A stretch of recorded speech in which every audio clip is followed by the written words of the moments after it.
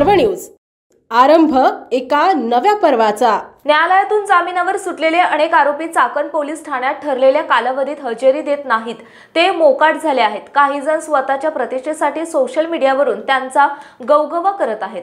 काही आरोपी जामिनावर सुटल्यानंतर समाजात उजळ माथ्याने फिरत आहेत आणि गैरप्रकार करत आहेत। या आरोपींना धडा बसण्यासाठी पोलिसांनी त्यांची हजेरी सुरळीत करावी अशी मागणी नागरिकांची आहे। चाकण तालुका खेड येथील पोलीस ठाण्यामध्ये न्यायालयातून जामिनावर सुटलेले सुमारे 53 आरोपी आहेत।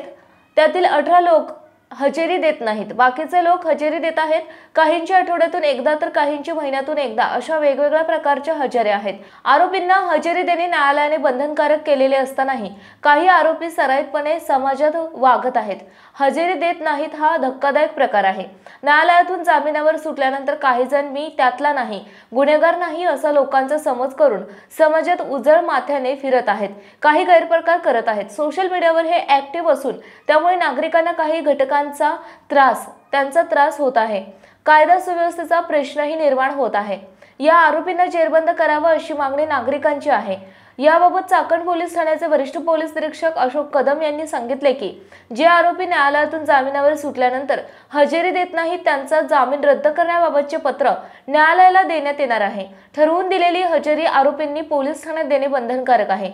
आरोपी न्यायालयातून जामिनावर सुटल्यानंतर गैरप्रकार करत असतील त्यांना चाप दिला जाईल, त्यांना बाहेर जाण्यास प्रतिबंध आहे।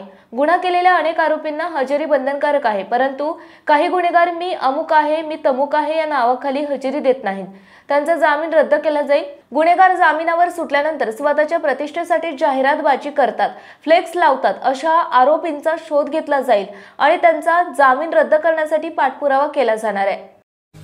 पुणे शहरातील आणि जिल्ह्यातील महत्त्वाच्या आणि ताज्या बातम्या पाहण्यासाठी आजच आमच्या आरंभ पर्व न्यूज चॅनलला YouTube वर सबस्क्राइब करा आणि बेल आयकॉन प्रेस करा।